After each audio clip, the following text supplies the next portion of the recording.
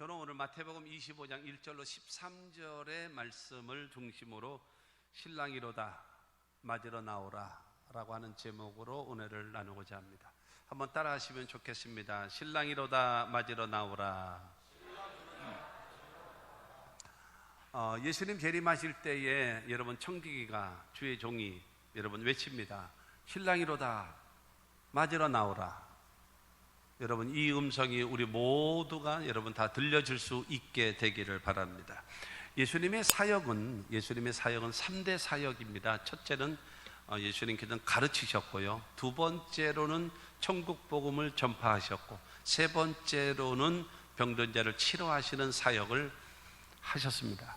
언제나 이 세 가지의 사역을 중심으로 언제나 그 사역을 이루셨는데, 특별히 예수님께서 그 가르치실 때에, 그리고 이제 대부분 하나님의 나라, 그 다음에 천국에 대해서 많이 그 비유를 들어서 말씀을 하셨습니다. 그런데 예수님께서 가르치시고 천국에 대한, 하나님의 나라에 대한 비유를 하실 때마다 언제나 비유로 말씀하셨어요. 비유. 그러니까 비유가 아니면 말씀하지 아니하시니라 라고 하실 정도로 비유로 말씀드렸습니다. 마태복음 13장 10절과 11절 말씀 보게 되어지면, 제자들이 예수께 나와 이르되 어찌하여 그들에게 비유로 말씀하시나이까? 대답하여 이르시되 천국의 비밀을 아는 것이 너희에게는 허락되었으나 그들에게는 아니 되었나니. 여러분, 천국의 비밀을 너희에게는 허락되어졌다, 그러나 그들에게는 아니 되어졌다라는 거예요. 여러분, 너희와 그들은 이 하늘과 땅 같은 차이죠. 주님께서 지금 천국의 비밀, 하나님의 나라에 대해서 지금 비유로 말씀하고 있는데, 이것을 너희들이 알아듣기는 좋게끔, 받아들일 수 있게끔 주신 말씀이다. 그리고 저들은, 나를 배척하는 사람, 저들은 나를 믿지 아니하는 자들, 유대주의자들, 저들에게는 허락되지 아니했다라고 말하고 있는 겁니다. 예수님께서는 왜 여러분 많은 비유를 말씀하시고, 비유로 말씀하시고, 특히 천국에 대해서 비유로 말씀 많이 하셨는가? 그 이유는요, 첫째는 바로 무엇인가 하면 알아듣기 쉽게 하기 위해서입니다. 알아듣기 쉽게끔. 비유로 말씀하심으로 인해서 알아듣기가 쉬운 겁니다. 알아듣기 쉽고. 두 번째로는요, 못 알아듣게 하기 위해서입니다. 그들에게는, 너희에게는 허락되었으나 그들에게는 아니 되었다니 라고 하신 말씀과 같이 예수 믿지 않는 자, 배척하는 자, 그들에게는 깨닫지 못하게 하는 거예요. 그렇기 때문에 비유로 말씀하시는 겁니다. 세 번째로 비유로 말씀하시는 이유는 바로 무엇인가 하면 쉽게 알아들 수 있고 뿐만이 아니라 잊어버리지 않게 하기 위해서요. 첫 번째가 쉽게 잊어버리지 않는 거죠. 알아듣는 거죠. 그 다음에 알아들은 것을 잊어버리면 안 되잖아요. 그러니까 그걸 쉽게 잊어버리지 않도록, 그러니까 늘 기억에 남을 수 있도록 하게 하기 위해서 비유로 말씀하시는 거예요. 그리고 세 번째가, 그러니까는 두 번째였었던 모르게 하기 위해서 그들은 빼버리고요. 그러니까 그들이니까. 그러니까는 하나님의 백성들에게는 알아듣게 하기 위해서, 두 번째로는 쉽게 잊어버리지 않게 하기 위하여, 그리고 세 번째로는요, 쉽게 실천할 수 있게 하기 위해서라는 거예요. 하나님의 말씀을 전하면 이게 부담스러워요. 그리고 이게 잘 못 알아듣기도 하고 이렇게 되거든요. 무겁게 여겨요. 그러나 비유로 말씀하시게 되어지면, 그러니까 목사가 설교를 할 때도 그렇지 않습니까? 하나님 말씀을 전한 다음에 몇 달 있다가 설교해도요, 전혀 새로운 것처럼 들어요. 그렇게 들어요. 그러나 예화를 들거나 비유를 들거나 어느 실화를 얘기해서, 사건을 해서 이야기를 하면 여러분들이 알아들은 다음에 얼마 있다가 얘기하면 전에 얘기했던 건데 이거 뭐예요? 쉽게 기억하고 있어요. 그걸 기억하고 있단 말입니다. 그렇기 때문에 예수님께서는 비유가 아니면 말씀하지 아니하실 정도로, 특별히 하나님의 나라 천국에 대해서 말씀하실 때에는 비유로 많이 말씀하셨다라고 말씀하고 있습니다.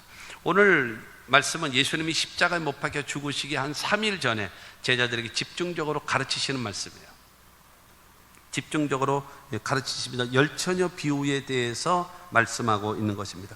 유대인들의 그 결혼은요, 우리하고 좀 비슷합니다만 뭐가 다른가 하면, 첫째로는 유대인들은, 우리는 약혼을 하고 그 다음에 결혼을 하고 그 다음에 잔치를 하잖아요. 약혼, 결혼, 그 다음에 잔치.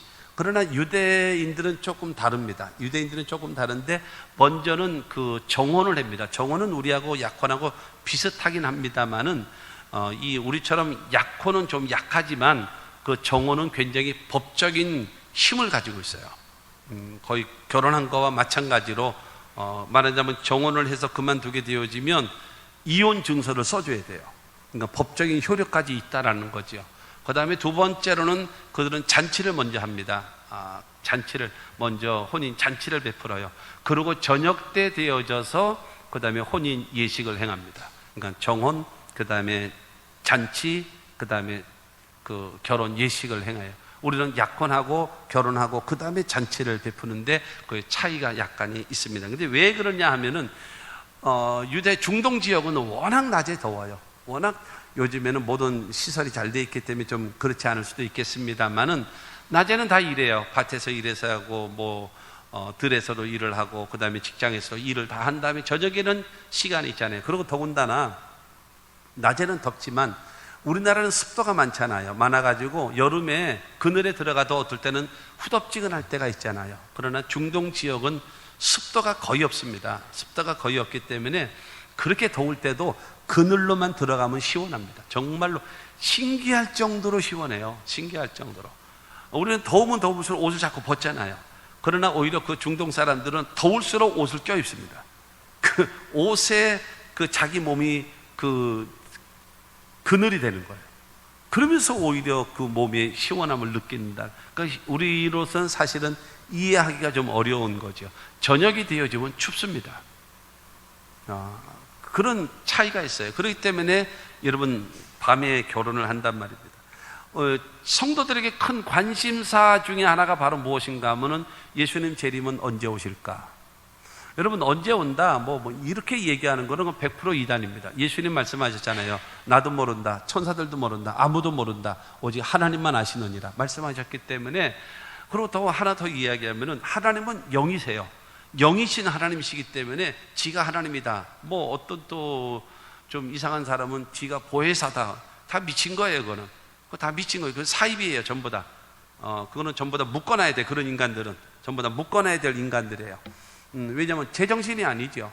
제정신이 아니죠. 그렇기 때문에 여러분 그러거든요. 그러니까 주님이 언제 오실는지 우리는 아무도 모르는 거예요. 근데 중요한 건 오늘 말씀을 통해서 신랑 대신 예수를 맞이하는 자는 슬기로운 자다. 신랑 대신 예수를 맞이하지 못한 자는 미련한 자다 말하는 거예요. 신랑 대신 예수를 맞이할 준비된 자, 그 사람을 슬기로운 자, 신랑 대신 예수를 맞이할 준비하지 못한 자, 어리석은 자, 이게 미련한 자로 딱 나누어지게 되어져 있다라는 겁니다.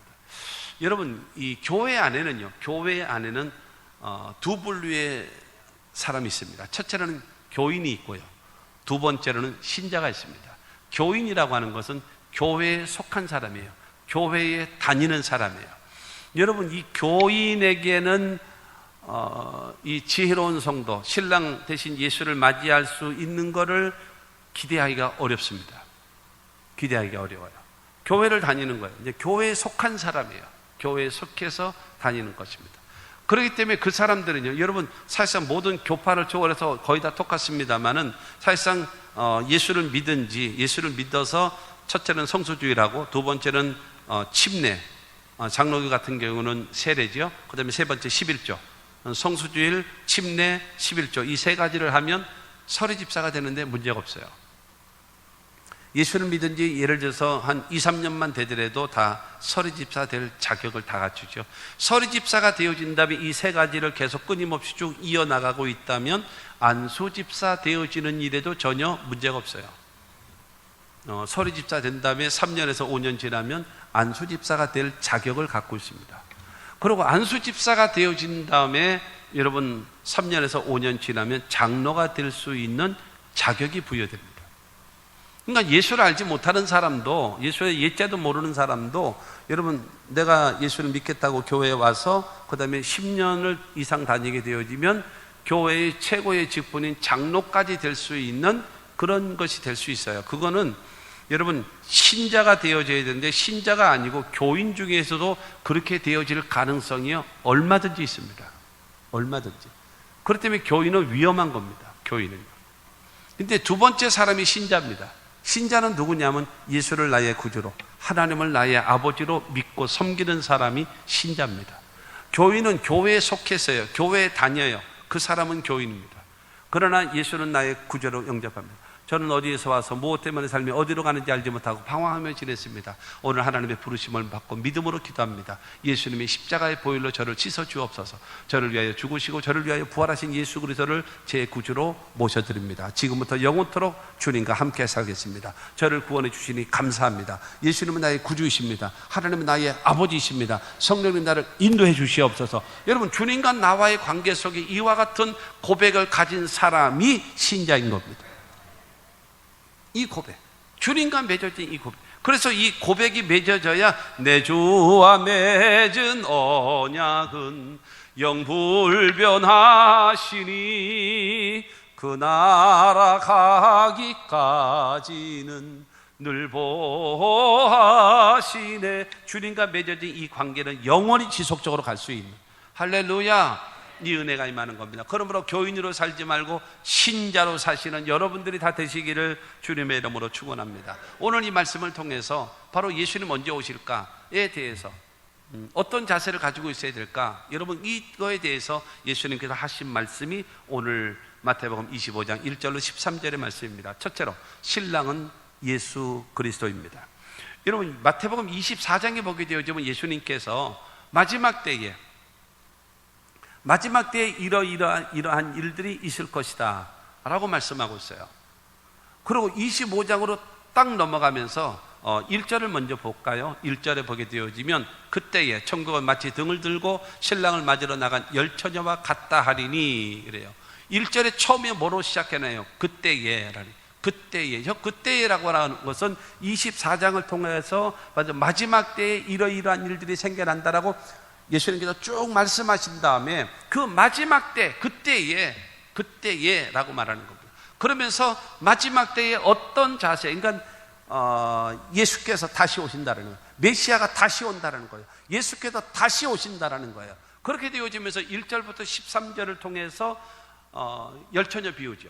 슬기로운 5처녀, 미련한 5처녀로 딱 나누어서 혼인잔치에 참여하는 자, 그 다음에 버림받은 자로 나눕니다. 그 다음에 14절부터 30절까지를 통해서 달란트 비유를 이어서 말씀하십니다. 그래서 착하고 충성되니라, 내가 적은 일이 충성하였으니 내가 많은 것으로 맡기리니 내 주인의 즐거움에 참여할지어다 라고 칭찬받는 종이 있는가 하면 이 악하고 게으른 종아 하면서 있는 것도 뺏어버리고 저를 바깥 어두운 데 내어 쫓아버리라 라고 하는 종으로 딱 둘로 나누십니다.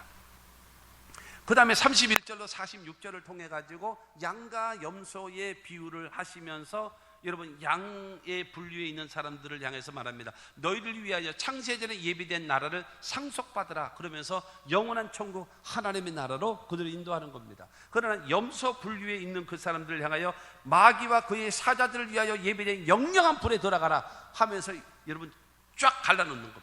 마지막 때가 되어지면 마태복음 24장과 같은 이와 같은 일이, 사건이, 일들이, 상황이 되어진다라고 예수님 말씀하신 다음에 그 다음에 25장으로 넘어오면서 그때에 다시 온다. 누가? 메시아가. 내가 다시 온다 라고 말씀하고 있는 거예요.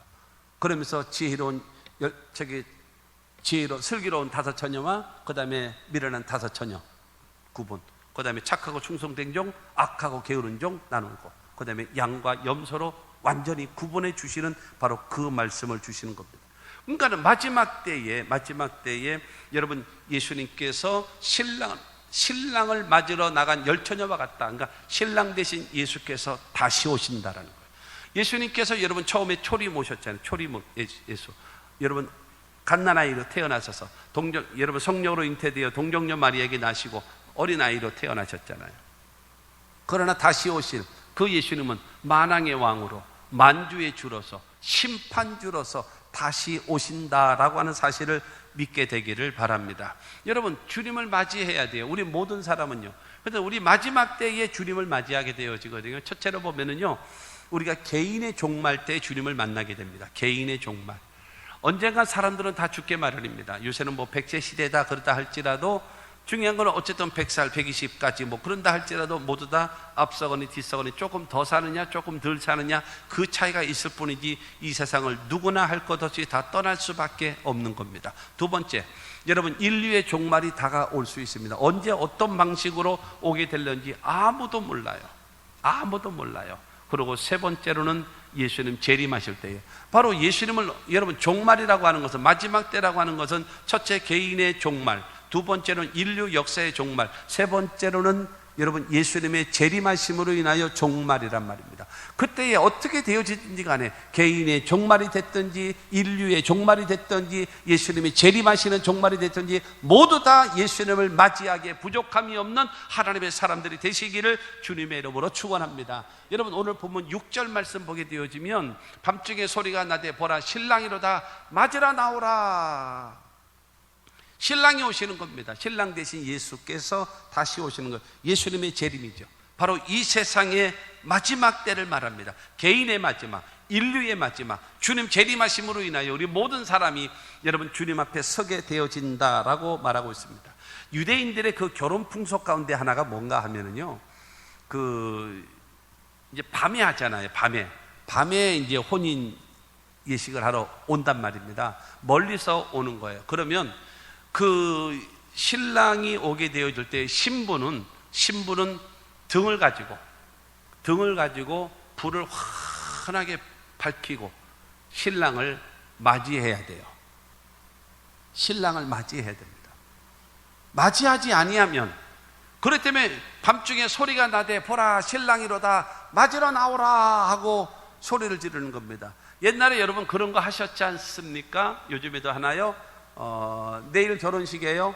내일 결혼식인데 그 신랑 쪽에서 신랑하고 그다음에 친구들하고 함 사세요 하고 소리 지르고 막 오잖아요. 얼굴에 뭐 오징어 뒤집어 쓰고 그러면서 해가지고 오지 않습니까? 그렇게 되어지면서 동네를 떠들썩하게 하는 거예요. 말하자면 이게 함 안 받으면 딴 집 간다 뭐 이래 가면서 여러분 떠들썩하게 하고 있잖아요. 그때에 여러분 그거와 마찬가지로 신랑 맞으러 와라. 왜? 만약에 신랑을 맞이하지 못하면 그 신랑은 되돌아갑니다.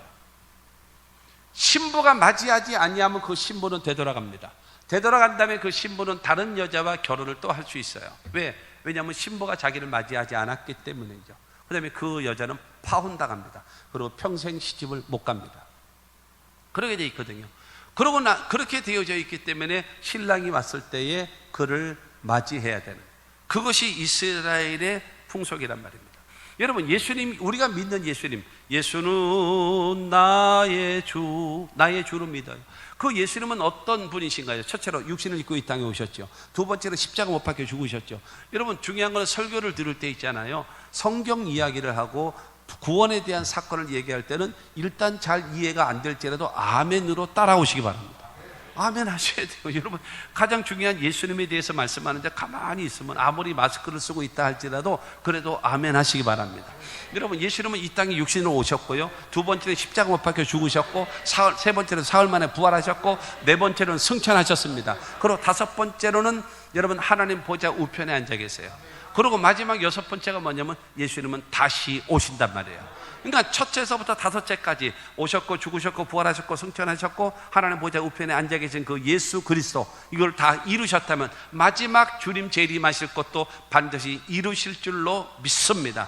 여러분 초림하신 그 예수에 대해서 성경에 수없이 여러분 예언되어져 있지만, 여러분 예수님의 재림에 대해서 더 많이 기록되어졌다는 사실을 기억하시고 반드시 1번에서 5번까지 이루신 그 하나님은 여섯 번째인 예수님의 재림도 곧 다가온다라는 사실을 믿게 되기를 주님의 이름으로 축원합니다. 그 예수가 오신다라는 거예요. 데살로니가전서 4장 16절과 17절 말씀을 봅니다. 주께서 호령과 천사장의 소리와 하나님의 나팔 소리로 친히 하늘로부터 강림하시리니 그리스도 안에서 죽은 자들이 먼저 일어나고 그 후에 우리 살아남은 자들도 그들과 함께 구름 속으로 끌어올려 공중에서 주를 영접하게 하시리니 그리하여 우리가 항상 주와 함께 있으리라. 여러분 주께서 여러분 재림하신단 말이에요. 그래서 뭐를 연상을 하시면 되냐 하면은요, 뭐를 연상하시면 되냐면 군대에서 얘기하는 거예요. 뭐냐면은 말하자면 사단장이 그러니까 예수님께서 내려가자, 재림하러 내려가자. 그러면 그 사단장이 여러분 명령을 내리면 저 앞에 연대장이 그 모든 부대를 통솔하면서 여러분 사단장이 내려가신단다 하고 명령을 해요. 그럼 모든 연대나 대대에서 그거를 복창을 하면서 움직이게 되거든요. 그처럼 여러분 주께서 호령 내려가자. 그 다음에 천사장의 소리와, 천사장의 소리라고 하는 것은 그 주님의 말씀을 듣고 천사장이 외칩니다. 예수께서 내려가신단다, 재림하신단다 하고 여러분 외치는 것입니다. 그러면 모든 천군과 천사와 모두 다 이 땅의 재림을 딱 준비하고 있습니다. 그때에 하나님이 나팔로 빰빠밤 하고 울어요. 여러분 그러면서 그 예수님께서 재림하시는 것을 허락하시는 거예요. 하나님의 여러분 주께서 호령과 천사장의 소리와 하나님의 나팔 소리로 그 다음에 예수님이 친히 강림하신단 말이에요. 강림하실 때에 어떤 일이 일어나는가? 주 안에서, 그리스도 안에서 먼저 죽은 자들이 살아 일어나고, 예수님 재림하실 때에 예수 믿고 이 세상 떠난 모든 사람들이 그의 영혼 위에 신령한 몸으로 다 덧입혀져서 다 부활되어짐을 믿으시기 바랍니다. 그때 부활되지 않은 사람은 지옥 갑니다. 그때 부활되지 않은 사람은 다 지옥 갑니다.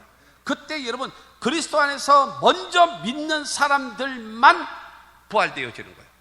그럼 나중에 예수 안 믿는 사람은 마지막 백보자 심판 때 다 부활합니다. 백보자 심판 때 부활되어지고, 그리고 여기 살아서 예수 믿는 사람들은 어떻게 되냐? 호련히 변화되어져서, 왜냐하면 이 몸으로 못 올라가요. 내가 쌀 한 가만 돼, 쌀 한 가마가 어떻게 올라가서 무거워가지고 못 올라간단 말이에요. 그렇기 때문에 우리가 신령한 몸으로 싹 바뀌어서, 신령한 몸으로 싹 바뀌어서 여러분 공중에서 주를 맞이하게 되어지는 하나님의 은혜가 임함을 믿으시기 바랍니다. 여러분 주께서 호령과 천사장의 소리와 하나님의 나팔로 강림하실 때에 그리스도 안에서 죽은 자들이 먼저 일어나고 살아남은 우리도 변화되어 공중에서 주를 맞이하게 되어지는 이 대열에 한 사람도 여러분 예외되어지는 사람 없게 되기를 주님의 이름으로 축원합니다. 여러분 그렇기 때문에 13절을 오늘 본문 말씀 말합니다. 그런즉 깨어있으라, 너희는 그날과 그때를 알지 못하느니라. 깨어있으라는 거예요. 언제 주님이 오실런지 모른다. 그리고 이 세상 언제 우리가 이 세상 떠날지도 모르고 언제 주님이 재림하실지도 모른다. 그러므로 항상 깨어있고 항상 준비되어 있고 항상 대비하는 자가 되라. 여러분 주님 오실 날 가까워 오고 있고, 우리도 이 세상 떠날 날이 여러분 언제 나에게 여러분 다가올런지 아무도 모르는 것입니다. 우리가 여러분 죽었을 때 눈 딱 떴을 때에 지옥에서 눈을 뜨면 되겠습니까? 내가 눈을 떴을 때 천국에서 눈을 떠야지요. 할렐루야. 그러므로 여러분 저와 여러분들은 깨어있는 신앙, 우리가 예수 믿는 목적이 바로 무엇입니까? 여러분 복받기 위해서요? 평안하기 위해서요? 그거는 보너스로 다가오는 거고, 여러분 예수 믿는 가장 중요한 목적이 무엇입니까? 예수 믿고 천당 가는 겁니다. 예수 믿고 천국 가는 거예요. 예수 믿고 영생 얻는 겁니다. 본질이 흐려지면 안 돼요. 본질이. 여러분 예수 믿고 천당 가는 일에 한 사람도 예외되는 사람 없게 되기를 주님의 이름으로 축원합니다.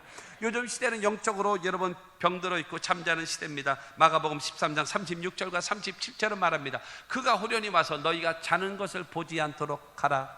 깨어있어라. 내가 너에게 하는 이 말은 모든 사람에게 하는 말이니라 하시니라. 내가 다시 왔을 때에 잠자는 자 없어라. 다 깨어있어라. 영적으로 깨어있어라. 이것은 너희 한 사람 두 사람 예외적인 말이 아니라 모든 사람에게 하는 말이다.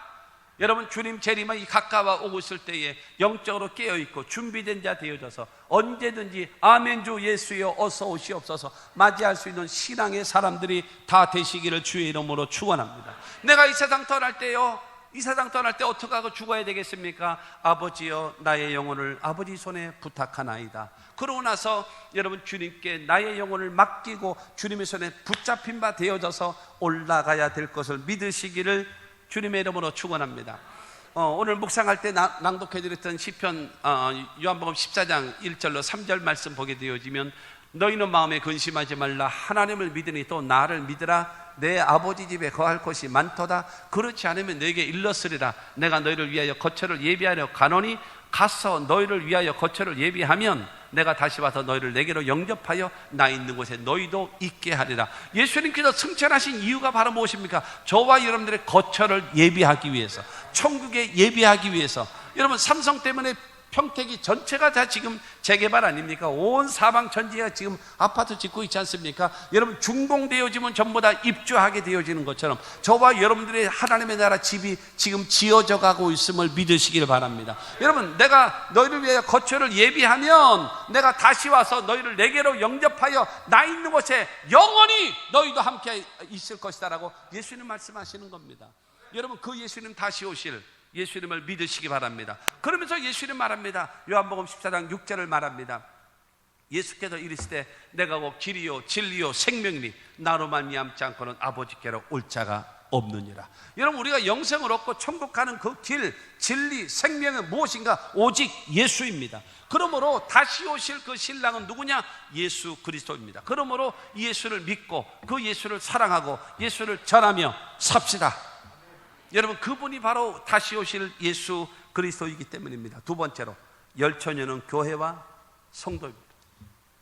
열처녀, 신랑 되신 그 예수를 기다리는 여러분 10명의 처녀들은 바로 교회와 성도들입니다. 2절로 3절, 4절까지 말씀. 그 중에 5은 미련하고 5은 슬기 있는 자라. 미련한 자들은 등을 가지되 기름을 가지지 아니하고 슬기 있는 자들은 그릇에 기름을 담아 등과 함께 가져갔더니, 신랑을 기다리는 여러분 10명의 처녀가 있습니다. 그런 교회와 성도라고 말씀드렸습니다. 10처녀 가운데는 미련한 자가 있는가 하면은 슬기로운 자가 있다라고 말하고 있어요. 미련한 자와 슬기 있는 자. 미련한 자와 슬기 있는 자의 차이점이 어디에 있느냐? 미련한 자는 등을 가지고 있는데 기름이 따로 없어요. 슬기 있는 자는 기름과 함께, 등과 함께 기름병을 따로 들고 가고 있어요. 거기에 차이가 있습니다. 여러분, 이 10처녀들에게 공통점이 있습니다. 먼저는 공통점이 있는데 똑같이 신랑을 기다리고 있어요. 두 번째는 똑같이 등을 들고 있어요. 똑같이 불을 켜고 있어요. 똑같이 신랑이 더디오고 있어요. 똑같이 졸고 있고 똑같이 자고 있어요. 그리고 똑같이 신랑이로다 맞으러 나오라 하는 소리를 듣고 똑같이 다 일어났습니다. 이게 다 공통점입니다. 신랑을 기다리고 있고, 신랑이 더디오고 있고, 등을 들고 있고, 불을 켜져 있고, 그 다음에 졸고 있고, 자고 있고, 신랑이로다 맞이하러 나오라 라고 하는, 이것은 10명한테 공통적으로 되어지는 말씀입니다. 그러면 두 번째로 뭐가 있는가 하면 미련한 자가 있습니다. 이 상황 똑같은 공통점인데다가 먼저는 미련한 자, 미련한 자의 말씀은 뭐냐면 3절 말씀을 보게 되어지면 3절에 미련한 자들은 등을 가지되 기름을 가지지 아니하고 라고 말하고 있어요. 신랑이 왔을 때에 등을 가지고 불을 밝히고 신랑을 맞이해야 된다라고 분명히 말씀을 드렸습니다. 여러분, 이들은요 등은 들고 있어요. 그러니까 등을 샀으니 그 속에 기름이 있겠죠. 기름이 있고, 기름이 있으니까 불을 켜니까 불을 켜게 됐죠. 그러니까 여러분, 이 등에는 기름이 있기 때문에 불은 켜져 있지만 불이 오래 켜져 있으면 기름이 소모된다라는 것을 잊어버리고 있어요.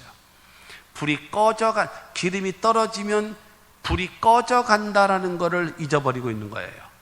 뿐만이 아니라 신랑이 금방 착 하고 짠 하고 나타나면 좋겠는데 더디 오고 있어요.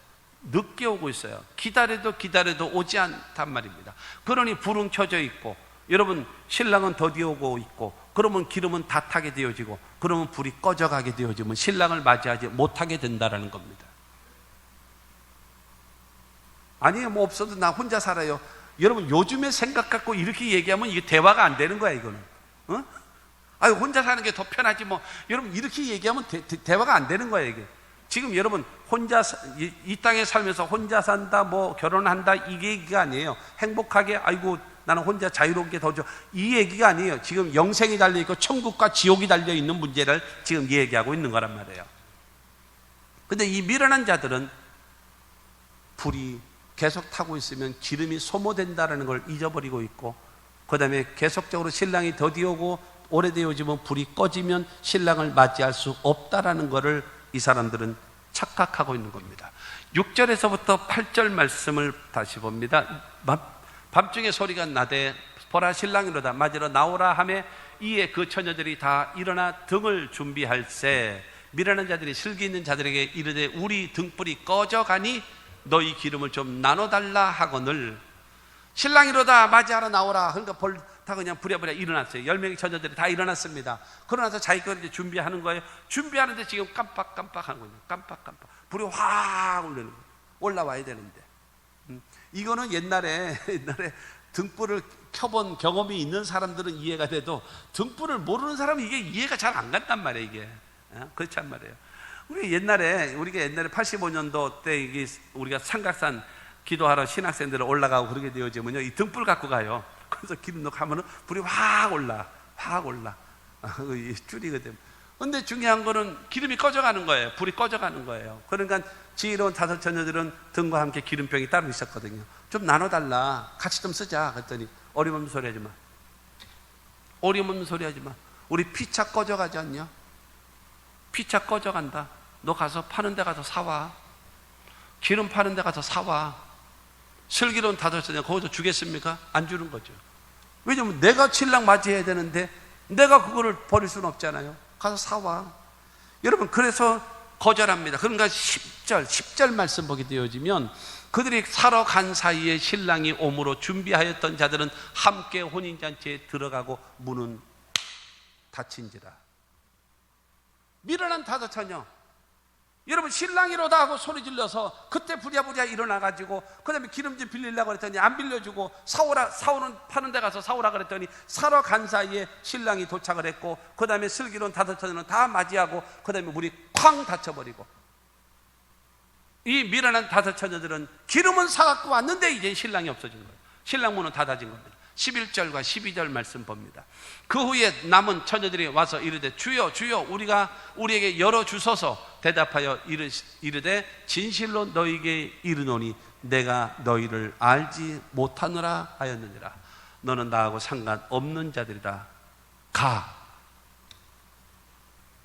너희들은 나하고 상관없는 자들이다. 가라고 한 것이 오늘 주님의 말씀이라는 사실입니다. 사랑하는 성도 여러분, 저와 여러분들의 신앙생활 할 때 내가 슬기로운 5 처녀처럼 등과 함께 기름을 가지고 있다 하는 것은 그건 내 생각이고 주님이 인정하셔야죠. 다른 사람이 인정해야죠. 그렇지 않겠습니까? 시대가 바뀌었어요. 옛날에는 있잖아요, 그런 게 있어요. 저분이 교수가 된다면 저분이 박사님이래요. 그러면 박사님이시군요. 박사님이시군요. 그러고 고개 다 숙입니다. 박사님으로 그냥 받아들입니다. 요즘 아이들은요 안 그래요. 박사요? 해보세요. 뭐를? 강의해보세요. 들어드릴게요. 여러분, 요즘에 학생들이요 교수 평가합니다. 교수 평가해요. 그래서 잘못하면 교수가 목 잘립니다. 그 누가 하고 있는지 아십니까? 내가 어느 나왔고 어디 나왔고 내가 박사인데 어떤데, 여러분 얘기해보세요. 강의해보세요. 세미나 해보세요. 우리가 들어줄게요. 딱 듣고 나서 별론에 그 사람은 별론의 박사예요. 그 사람은 인정 못 받습니다. 그러나 딱 듣고 나서 와 괜찮네? 그러면 그 사람은 괜찮네 박사 인정받는 거예요. 타인에 의해서 인정받는 거예요. 내가 이렇다고 해가지고 여러분 이건 안 된다니까요. 제가 이 금지어인데 이게 옛날에 그랬다 그랬잖아요. 우리 할머니께서 대부분 여러분 음식 만들어 가지고 우리 권사님들이 저에게 음식을 대접할 때 여러분 대접하고 나서 맛있으세요? 괜찮으세요? 하고 묻잖아요. 우리 할머니는 말이 필요 없어요. 옛날에요. 얘야 애들아 맛있다 먹어라 그러죠. 이미 당신이 맛있다라고 정의를 내려버려요. 맛있다 먹어라예요. 거기서 짜다 싱겁다 그러면 당장 나옵니다. 처먹지 마 이거. 지금 먹지 마라 그러면 더 좋다 그러지 먹을 게 많으니까. 그러나 여러분 저희 어렸을 때 60년대 그 초반 때에는요 먹지 마 그러면 먹을 게 없어 그냥 맛있습니다. 왜냐하면 잔소리하지 말고 먹어라 이거죠. 잔소리하지 말고 맛있다 먹어라 이게 아니란 말이에요. 이게 안 된단 말이에요. 지금은. 사랑하는 성도 여러분, 주여 주여 문을 열어주셔서 나는 너희를 도무지 모른다 그러면 이미 다 끝나버리고 마는 거예요. 여러분 어떡합니까? 그때 회개합니까? 이게 안 돼. 회개가 안 돼. 그때는요 주여, 여러분 지금까지는 은혜 시대이기 때문에 회개가 가능하단 말입니다. 그러나 여러분 2000년 전에 오신 예수님은 죄인을 구원하러 오셨어요. 그러나 다시 오시는 예수님은 죄인을 멸하시고 의인을 구원하러 오시는 거예요. 그렇기 때문에 다르단 말이에요. 2000년 전에 오신 예수와 다시 오실 예수는 다른 겁니다.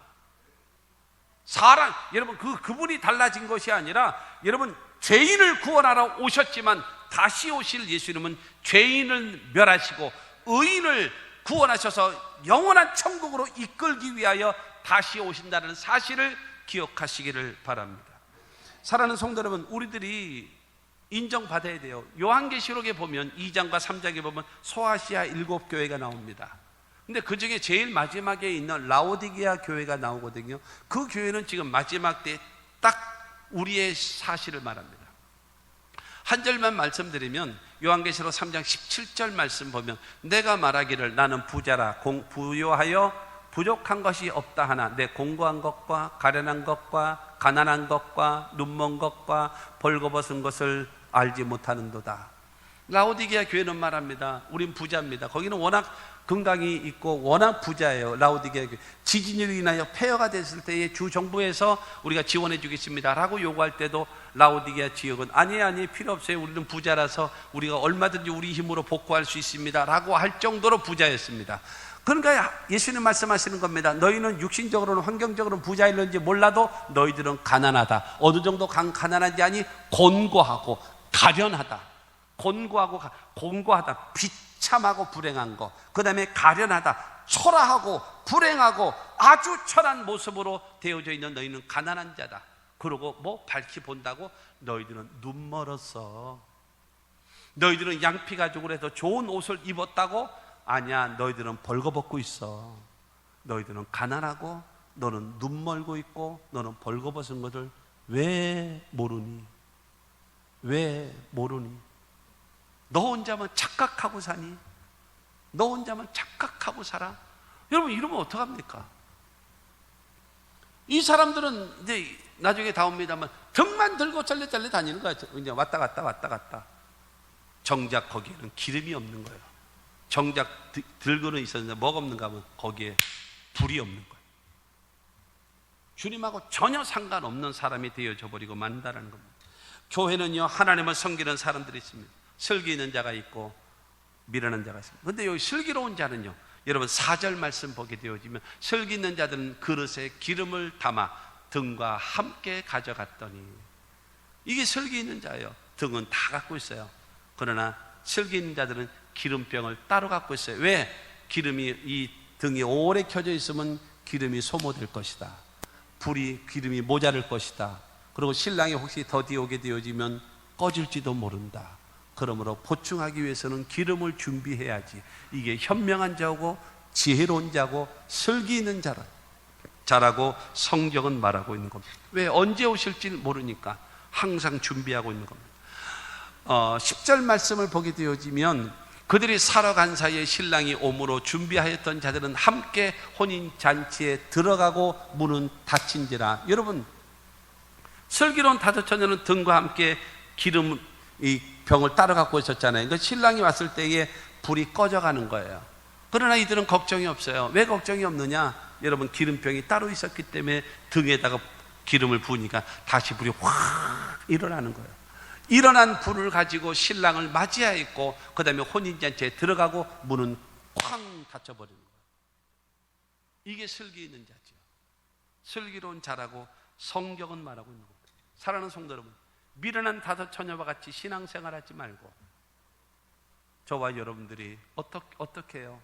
여러분, 슬기 있는 자, 지혜로운 자, 등과 함께 기름을 준비한 하나님의 사람으로 살아가시는 저와 여러분들이 다 되시기를 주님의 이름으로 축원합니다. 셋째로, 예수께서 주시는 권고의 말씀입니다.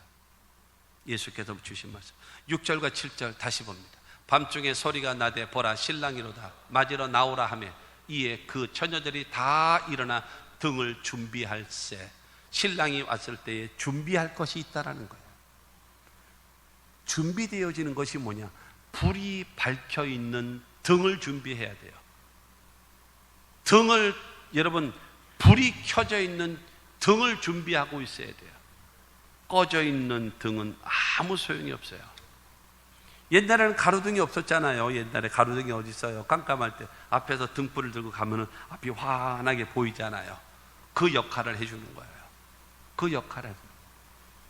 예수님 다시 오실 때 등과 함께, 여러분 기름병이 있든지 없든지 보이든지 안 보이든지 간에 뭐요? 등이 불이 켜져 있는, 환하게 켜져 있는 등을 준비하고 있어야 된다라고 하는 것입니다. 슬기 있는 자들은 등과 함께 기름을 준비했지만 미련한 자들은 등은 가지고 있어도 기름을 갖고 있지 않았기 때문에 버림을 받게 되어지는 것입니다. 등이라고 하는 것은 남이 보는 겁니다. 등이라고 하는 것은 다른 사람들 앞에 노출되어지는 겁니다. 그러나 기름이라고 하는 것은 보이지가 않아요. 다른 사람이 귀중하게 여기지도 않아요. 여러분 눈에 보이는 거는 예배 드리는 거, 봉사하는 거, 그 다음에 여러분 하나님 앞에 나와서 뭐 전도하는 거, 이와 같은 일들이 눈에 보이는 등과 같이 할 수 있겠지요. 그러나 보이지 않는 내면적인 뭐가 있어야 돼요? 기름을 준비하고 있어야 됩니다. 기름 준비되어 있지 않으면 안 된다는 겁니다. 이사야 61장 1절은 말합니다. 주 야훼의 영이 내게 내리셨으니 이는 야훼께서 내게 기름을 부으사 가난한 자에게 아름다운 소식을 전하게 하려 하심이라. 주 야훼의 영이 내게 임한 거예요. 내리셨어요. 그때 내게, 야훼께서 내게 기름을 부으사, 하나님의 성령이 기름입니다. 저와 여러분들은 하나님의 성령으로, 하나님의 성령이 나와 함께 하셔야 됩니다. 하나님의 성령이 함께 하셔야 기름 준비되어지고 그 주님께서 나로 하여금 주님을 맞이할 수 있게끔 만드는 겁니다. 그래서 고린도전서 12장 3절에 성령이 아니고서는 예수를 주라 시인할 자가 없다라고 성경은 말씀하고 있는 겁니다. 여러분의 마음속에 하나님의 성령을 모시고 살아가시는, 성령과 함께 살아가는 여러분 모두가 다 되시기를 주님의 이름으로 축원합니다. 요한복음 3장 5절은 말합니다. 예수께서 대답하시되 진실로 진실로 내가 내게 이르노니 사람이 물과 성령으로 나지 아니하면 하나님의 나라에 들어갈 수 없느니라. 말씀과 성령으로 거듭난 사람만이 천국 갈 수 있고, 말씀과 성령으로 거듭난 사람만이 여러분 하나님의 나라 천국을 갈 수 있는 것뿐만이 아니라 재림하실 예수를 맞이할 수 있는 등과 함께 불이 되어짐을 믿게 되기를 주님의 이름으로 축원합니다. 디모데후서 3장 16절 17절을 보면 모든 성경은 하나님의 감동으로 된 것으로 교훈과 책망과 바르게 함과 의로 교육하기에 유익하니 이는 하나님의 사람으로 온전하게 하며 모든 선한 일을 행할 능력을 갖추게 하려 함이라. 여러분 하나님의 말씀 성경은요 하나님의 감동으로 된 것으로, 성령의 역사로 인하여서 하나님의 감동으로 되어진 것이 성경이라는 거예요. 그러면 성경의 기능이 있잖아요. 성경의 기능이 바로 무엇인가 하면 여러분 싫어하시는, 여러분들이 정말 싫어하시는 교훈과 책망과 바르게 함과 의로 교육하는 이 말씀입니다. 하나님의 말씀, 성령의 감동으로 주어진, 여러분 만들어진 그것이 하나님의 말씀인데 그 말씀의 기능이 바로 무엇인가 하면 우리들이 그러면 안 되잖아 하는 교훈, 책망, 바르게 함, 의로 교육, 그거를 하는 거예요. 그래서 결론은 어쩌라고요? 이런 하나님의 사람으로 온전하게 하며, 여러분 그 하나님의 말씀으로 교훈과 책망과 바르게 함과 의로 교육되어져서 온전한 사람, 어디다 내놔도 흠 잡을 데 없는, 흠 없는 재물과 같은 하나님의 사람이 되어진다라는 거예요. 하나님의 사람. 그 다음에 여러분 선할 일을 행할 능력을 갖추게 하려 하심이라. 어떤 일을 시킨다 할지라도, 작은 일을 시킨다 할지라도 열등감 빠지지 않고, 큰 일을 시킨다고 해가지고 교만 떨지 않고 자기 맡겨진 일을 잘 감당하는 사람으로 만들어진다라는 거예요. 제가 가끔가다 하는 말 중에 하나가, 우리 애는요 내가 엉덩이도 한 대 안 때리고 내가 키웠어요. 자랑하지 마세요. 자랑하지 마세요. 엉덩이도 안 때리고 키운 게 뭐가 중요합니까? 싸가지가 없는데, 인간성이 더러운데,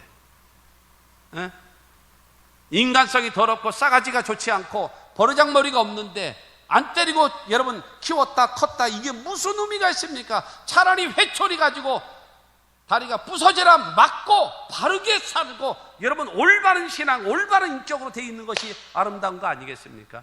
하나님의 말씀으로 교훈과 책망과 바르게 함과 의로 잘 다듬어지고 교육되어져서 어디다 내놔도 흠잡을 데 없는 하나님의 사람으로 온전하게 되어지며, 그렇다고 해서 맨날 더 저기 총 나가라 칼 나가라 하고 회초리 휘두르고 이거는 안 되고, 그거는 안 되고, 또 괜히 또 오해할라 또 그러면 안 되는 거고, 하나님의 말씀으로 교훈과 책망과 바르게 함과 의로 개혁돼서 하나님의 사람으로 흠없는 사람으로 만들어지고, 그 다음에 어떤 일을 능소능대한 사람, 작은 일을 시켜도 여러분 잘 성실하게 감당하고, 큰 거를 시켜도 교만하지 않고 그 일을 잘 감당할 수 있을 만한 여러분 선한 일을 행할 능력을 갖추는 사람으로 만들게끔 누가요? 하나님의 성령이, 하나님의 말씀이 나의 삶을 인도하신다라는 거예요. 여러분, 이것이 기름인 것입니다. 하나님의 성령이 나와 함께 하시고 성령의 감동으로 된 말씀이 나에게 임해서 여러분 하나님의 말씀에 순종하며 살아가는 이것이 기름 준비되어진 거예요.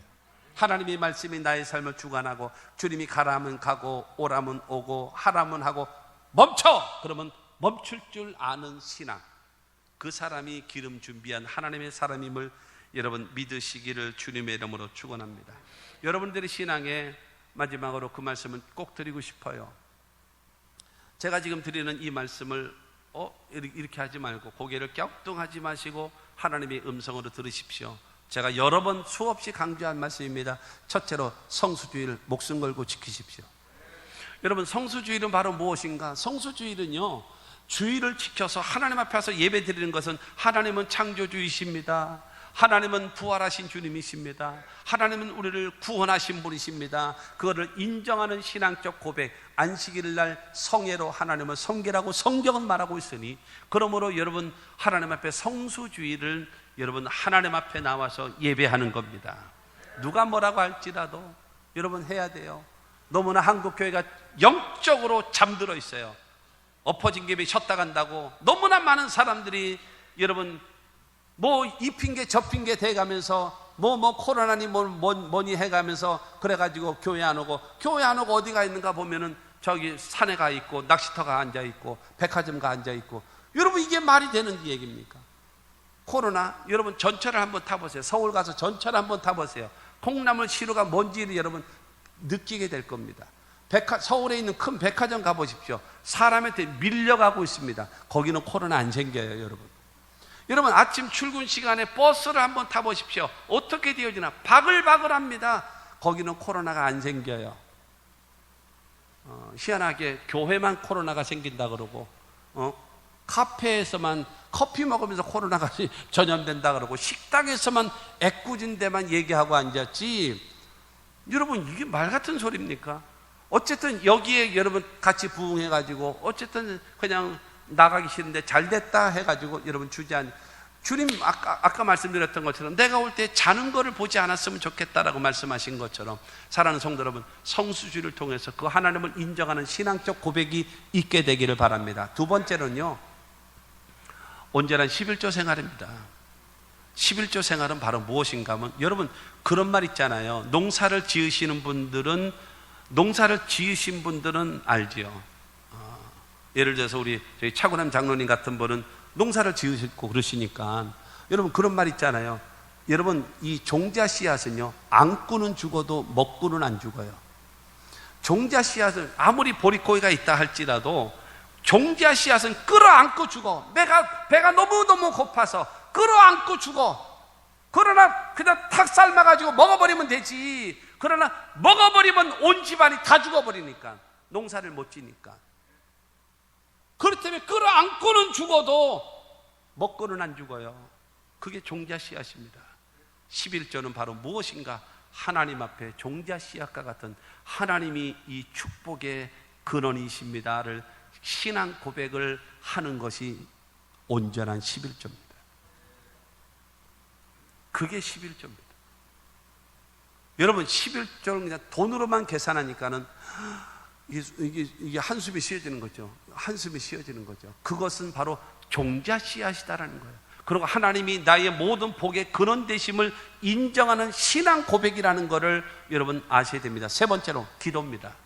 첫째가 성수주의고, 두 번째가 온전한 11조고, 세 번째가 기도입니다. 기도는 바로 무엇인가 하면 나의 생, 사, 화, 복, 나의 생사화복의 주관자 되시는 하나님께 나의 모든 것을 맡기고 도움을 청하고 보호와 인도하심을 받기를 원하는 것, 하나님은 나의 생사화복의 주관자가 되신 하나님이십니다. 인정하는 신앙적 고백, 그게 첫째가 성수주일이고 두 번째가 11조 생활이고 세 번째가 기도 생활입니다. 하나 추가하고 싶은 것은요, 전도입니다. 영혼구원입니다.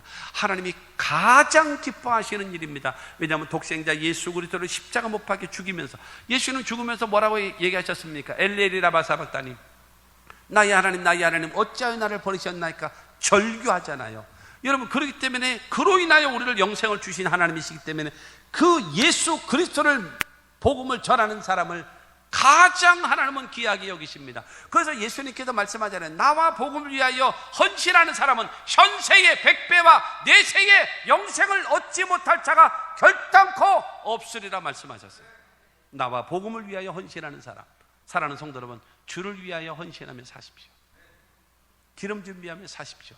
주님 언제 오실런지 몰라도 맞이할 수 있는 우리 모두가 되어질 줄로 믿습니다. 여러분, 결론적으로요, 한 번 태어나면 두 번 죽고요, 두 번 태어나면 한 번 죽습니다. 그 말은 무슨 말인가 하면, 엄마 뱃속에서 한 번만 태어나면 첫째는 뭐 죽는가 하면 육신의 죽음을 당합니다. 그 다음에 두 번째로 요한계시록 21장에 나와 있는 둘째 사망, 여러분 지옥에 떨어지는 것을 둘째 사망이라고 성경은 말하고 있거든요. 엄마 뱃속에서 한 번만 태어나면 두 번 죽습니다. 육신의 죽음과 영혼의 죽음을 당합니다. 그러나 두 번 태어난 사람은 엄마 뱃속에서 태어나고, 두 번째로는 아까 요한복음 3장 5절 말씀처럼 물과 성령으로 거듭난 사람은요, 육신의 죽음은 당할지라도, 그러나 우리의 영혼은요, 창세로부터 예비된 하나님의 나라를 상속받는 영생을 얻고 천국감을 믿게 되기를 주님의 이름으로 축원합니다. 그러므로 사랑하는 성도 여러분, 주님 언제 오실는지 몰라요.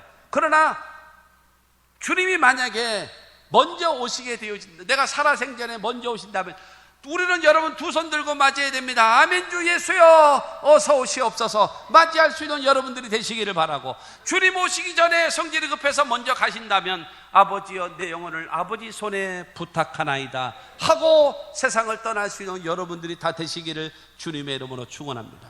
주님은 반드시 오십니다. 그 주님을 맞이해야 합니다.